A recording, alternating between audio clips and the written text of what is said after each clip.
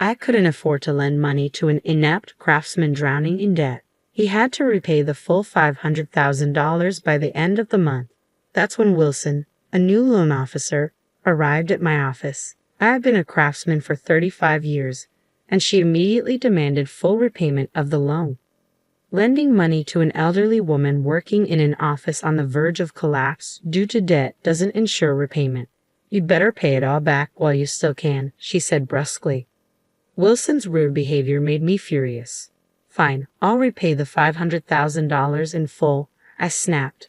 But you'll regret this, I muttered under my breath. Wilson burst into laughter, clutching her stomach. A lousy banker like you. You'll definitely regret this, she scoffed. Ignoring her laughter, I declared my quiet retaliation against Wilson. My name is Smith, and at 60 years old, I'm still active as a gardener. I started at Smith Landscape Design 35 years ago, and now run the company as president. I joined after high school, working under my father's management. Becoming a skilled gardener takes years of artisanal skill. I took over as president 10 years ago when my father, the previous president, fell ill with stomach cancer. In the past, most homes had gardens, but now, with the rise of condos and apartments, demand for gardeners has dwindled. Despite this, neither my father nor I considered quitting. Some homeowners, particularly the elderly, struggle with back pain and unsteady legs, making it hard to tend their gardens. Although our business temporarily declined, rivals closing down have secured our customer base. I'm determined to continue developing our beloved landscaping company, cherished by the community. Even at 60, I'm still active and plan to stabilize the business so my children can take over confidently one day. Then, one day, a banker named Brown visited my office. Brown had been our loan officer since my father's presidency. I'm sorry to say this on a personal note, but I decided to retire, Brown said politely, introducing Wilson as his successor. Wilson, a young woman in her 20s, greeted me briefly. Despite my greeting, she remained silent, and small talk with Brown filled the air. Wilson later visited our office alone. Hello, I'm Wilson from Trust Bank. My boss asked me to meet our customers, so here I am, she said, catching me off guard with her demeanor, leaving me speechless. I pondered the appropriateness of a client bluntly stating they were visiting because their boss had instructed them to do so. Thank you for taking the time to come here, I said with a forced smile. Wilson's response was a glare of annoyance. What's with that tone? Are you implying I shouldn't have come? She retorted sharply. No, it's not that. It's just unusual to hear someone admit they're visiting on orders from their boss, I replied, irritated by Wilson's presumptuous attitude. I was simply stating the facts. Anyway, I'm busy and don't have time for meaningless exchanges like this, I added, as Wilson abruptly ended the conversation and left. In all my 60 years of life, I had never encountered such rudeness. After Wilson departed, I was left momentarily stunned, wondering if it had all been a dream or some sort of illusion. Within a week, Wilson returned to our office. As soon as she arrived, her face flushed with anger, and she started yelling at me. You apologize to me right now. If you sincerely apologize, I won't involve the police. I'll settle this matter without them. I'm sorry, I have no idea what you're talking about. Can you please explain? I replied, genuinely puzzled by her outburst. Don't play dumb. An employee of yours extorted $100,000 from my grandmother for unsolicited garden maintenance and instructed her to transfer it to a specified account. Wilson accused vehemently. I was taken aback by the serious allegation against our employee. Our company only accepts cash payments directly from customers upon completion of our work. We would never instruct a customer to transfer money to any account. Do you have any proof that an employee of ours did this? I retorted firmly. Wilson's response was equally forceful. My grandmother clearly stated that someone named Williams from Smith Landscape Design contacted her, deceived her, and took $100,000. As the president, it's your responsibility to address this. Despite her accusation, I knew there was no one named Williams in our company. Please give me a moment to check, I said calmly, excusing myself to retrieve the employee roster from the office, mindful of privacy concerns. I can't show you any evidence, but I've confirmed there is no one named Williams employed with us, I explained calmly. Oh, I see. You're determined to evade responsibility. If that's how you want to play it, I'll devise a strategy. Wilson retorted sharply before leaving. I couldn't shake off the unsettling feeling about what Wilson might be plotting. Her face haunted my thoughts, whether awake or asleep. A few days later, Wilson returned to my office with a demanding tone. I can't lend money to an incompetent craftsman buried in debt. Repay the full $500,000 by the end of this month, she stated firmly upon arrival. Her directive didn't appear to be from the bank. Could this be her own decision? I asked calmly, why do you believe our office is in deficit? And why must the entire loan amount be repaid this month? Please explain. Wilson responded disrespectfully, smiling condescendingly. As the president, it's obvious your company is in the red. Moreover, there's little demand for landscaping nowadays. You'd better repay it all while you still can. Then, Wilson whispered something even more shocking in my ear. That's just the official reason. If you repay the $500,000, 5 times the $100,000 my grandmother supposedly lost, I'll drop the matter. Her outrageous behavior triggered my anger. Fine, I'll repay the $500,000 in full, I agree through gritted teeth. But you'll regret this. Wilson burst into laughter. It's you who will regret it, old lady. Can you even manage to repay $500,000 in full? You'll soon see. Quietly seething with anger, I declared my retaliation against Wilson. Ignoring her laughter echoing in the room, I prepared for the next day. I called the bank and spoke to a customer service representative. Hello, this is Smith. Thank you for your ongoing support. Could you please ask Loan Officer Wilson to stop visiting my office? It's causing us trouble. I'm terribly sorry. The branch manager will come to your location right away, the representative assured me before apologizing and preparing to end the call. As I listened, I overheard another nearby bank employee muttering, "Her again? How many times is this now?" It seemed Wilson might be repeating similar actions with other clients. Stepping outside my office, I found Wilson waiting for me. "Oh, there you are. Hiding won't help. If you don't want to be reported to the police, sign these papers now," she demanded, thrusting termination documents for a loan agreement toward me. "Is this the bank's decision or just yours?" I asked calmly. "My opinion is the bank's opinion, obviously. Anyway, a fraud like you has no right to complain. Just sign it," Wilson retorted aggressively. "I have just called the bank. The branch manager is on his way, and I'll sign it then," I replied firmly. Wilson's face paled. "What? Why did you call the bank? I thought you were trying to avoid me by staying in your office." "When did I say I was trying to avoid you?" I countered, watching Wilson visibly unsettled and looking as if she wanted to escape. At that moment, a bike pulled up behind Wilson, and I ushered in the branch manager who had just arrived. He entered with a worried expression, guiding Wilson into our office's reception area. "I apologize sincerely for the inappropriate behavior of our staff member, Wilson. It's inexcusable," the manager addressed me politely before turning sharply to Wilson. "Why would you treat one of our most valued customers who has always supported our bank like this? But this person is a fraud. She scammed $100,000 from my grandmother." Wilson protested, even as the manager scolded her.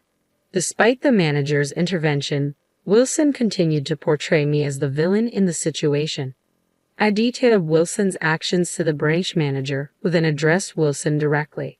"If you heard your own grandmother had been scammed, would you go directly to the scammer to complain? Wouldn't you normally report it to the police first?" The manager's words struck a chord with me in my distraught state.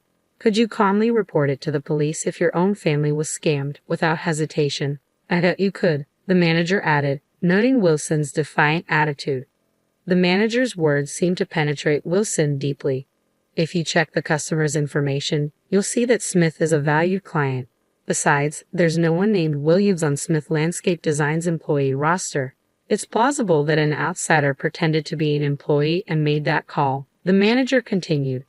Wilson's expression shifted suddenly as she fell silent, seemingly realizing the possibility of an outsider's involvement. We confirmed Wilson's grandmother's name and address, finding no record of any landscaping requests from her.